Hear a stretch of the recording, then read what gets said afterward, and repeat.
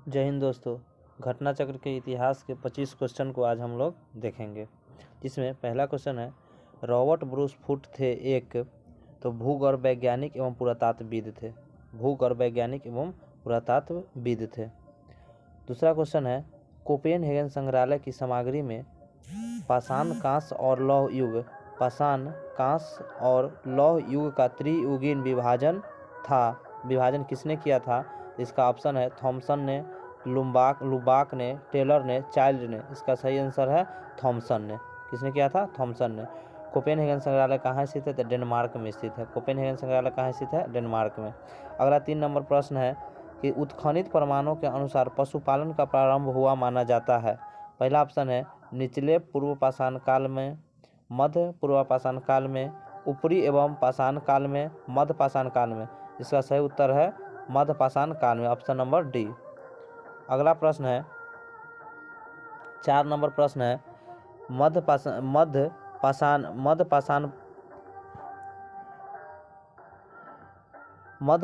पाषाणिक प्रसंग में पशुपालन के प्रमाण जहाँ मिले हैं वह स्थान है आदमगढ़ में। कहाँ मिले हैं? आदमगढ़ में। निम्नलिखित में से 5 नंबर प्रश्न है, निम्नलिखित में से किस स्थल से हड्डी के उपकरण प्राप्त हुए हैं? तो हड्डी के उपकरण 2 स्थानों से प्राप्त हुए हैं, जिसमें मदहदा है एवं सराय नहराय है। मदहदा एवं सराय नहराय से प्राप्त हुए हैं। 6 नंबर प्रश्न है, हड्डी से निर्मित आभूषण भारत में मध्य पाषाण काल के संदर्भ में प्राप्त हुए हैं। तो वही 5 नंबर क्वेश्चन सेम क्वेश्चन है। इसका आंसर है सराय नहराय और मदहदा। सराय नहराय और मदहदा है। 7 नंबर प्रश्न है, एक ही कब्र से 3 मानव कंकाल कहाँ से मिले हैं? तो यह दमदमा से मिले। दमदमा उत्तर प्रदेश में है। लिखा हुआ है मध्य गंगा घाटी के प्रतापगढ़ जिले, यानी गंगा घाटी के प्रतापगढ़ जिला, प्रतापगढ़ उत्तर प्रदेश में पड़ता है, जहाँ दमदमा है। दमदमा से एक ही कब्र से 3 सावधान का प्रमाण मिला है। 8 नंबर प्रश्न है, खाद्यान्नों के कृषि का सर्वप्रथम प्रारंभ माना जाता है तो नव पाषाण काल में। खाद्यान्न करने का मतलब कृषि का प्रमाण कहाँ से मिला है? तो नव पाषाण काल में। 9 नंबर प्रश्न है, भारत में मानव का सर्वप्रथम साक्ष्य कहाँ से मिला है? तो मानव का साक्ष्य मिला है, पहला ऑप्शन है नीलगिरी पहाड़ी, दूसरा शिवालिक पहाड़ी, नल्ला मल्ला की पहाड़ी या नर्मदा घाटी। तो इसका सही उत्तर है नर्मदा घाटी। 10 नंबर प्रश्न है, प्रथम मानव जीवाश्म भारत की किस नदी घाटी से प्राप्त हुआ है? तो पहला ऑप्शन गंगा घाटी, यमुना घाटी, नर्मदा घाटी, ताप्ती घाटी। अभी तुरंत क्वेश्चन 9 नंबर देखे हैं, जिसका आंसर है नर्मदा घाटी। नर्मदा घाटी, ऑप्शन नंबर सी। 11 नंबर प्रश्न है, मानव द्वारा सर्वप्रथम प्रयुक्त अनाज था तो जौ। मानव द्वारा सर्वप्रथम प्रयुक्त अनाज का नाम क्या है? जौ। अगला क्वेश्चन है 12 नंबर प्रश्न है, भारतीय उपमहाद्वीप में कृषि का प्राचीनतम साक्ष्य प्राप्त हुए कहाँ से? तो लोहुरा देव से। कहाँ से प्राप्त हुए? लोहुरा देव से। लोहुरा देव उत्तर प्रदेश में। भारतीय उपमहाद्वीप में कृषि के प्राचीनतम साक्ष्य कहाँ से प्राप्त हुए थे? मेहरगढ़, जो पाकिस्तान में पड़ता है। वर्तमान पाकिस्तान में मेहरगढ़ है। 14 नंबर प्रश्न है, भारतीय उपमहाद्वीप में कृषि के प्राचीनतम साक्ष्य कहाँ से प्राप्त हुए हैं? मेहरगढ़ से। कहाँ से प्राप्त हुए हैं? मेहरगढ़ से। अगला 15 नंबर प्रश्न है, नव पाषाण युग में भारतीय उपमहाद्वीप के उत्तर पश्चिमी क्षेत्र में निम्नलिखित में से किस स्थान पर कृषि के अभ्युदय के प्रारंभिक प्रमाण प्राप्त हुए हैं? तो यह मेहरगढ़ से। कहाँ से प्राप्त हुए हैं? मेहरगढ़ से। 16 नंबर प्रश्न है, भारत में पशुपालन एवं कृषि के प्राचीनतम साक्ष्य प्राप्त हुए हैं। भारत में पशुपालन एवं कृषि के प्राचीनतम साक्ष्य कहाँ से प्राप्त हुए हैं? तो यह है मेहरगढ़ से। कहाँ से प्राप्त हुए हैं? मेहरगढ़ से।